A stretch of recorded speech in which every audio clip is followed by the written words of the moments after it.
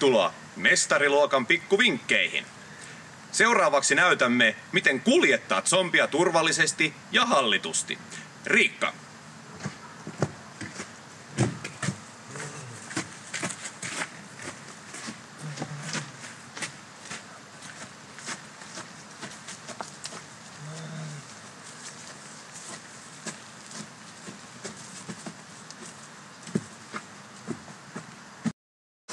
Näin taitavat zombin kouluttaja pystyy hallitsemaan hyvinkin huolellisesti zombin liikettä, eikä se ole merkittävä riski kellekään paikalla olevalle niin kauan kuin kouluttajalla on taito hanskassa.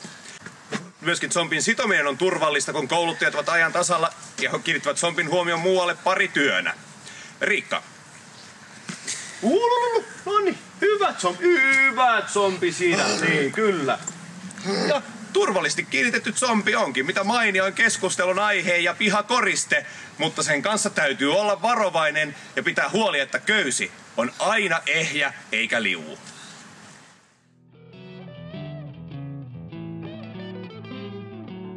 Jalattomia pihakoristeita saa mukana kulkemaan useammankin niin sanotulla kärrykyydillä.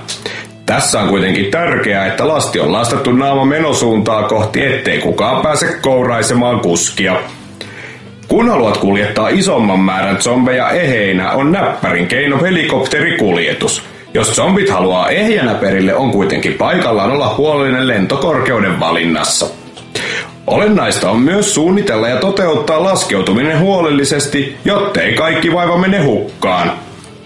Kun haluaa kuljettaa joku sen zombi, joiden kunnolla ei ole niin väliä, passelikeino on hääkuljetus. Aihetta on kuitenkin muistaa, että jos zombit haluaa ehjähkönä perille, ei pidä alkaa peruuttelemaan holtittomasti. Jos käytössä on vesistö ja kuljetettavat zombit ovat sopivasti mädäntyneet, kannattaa ne kuljettaa tukkilauttana. Tässä on parempi huomioida, että käyttää jalansijana ainoastaan hieman tuoreempia zombeja, sillä mätä zombi on pettävä.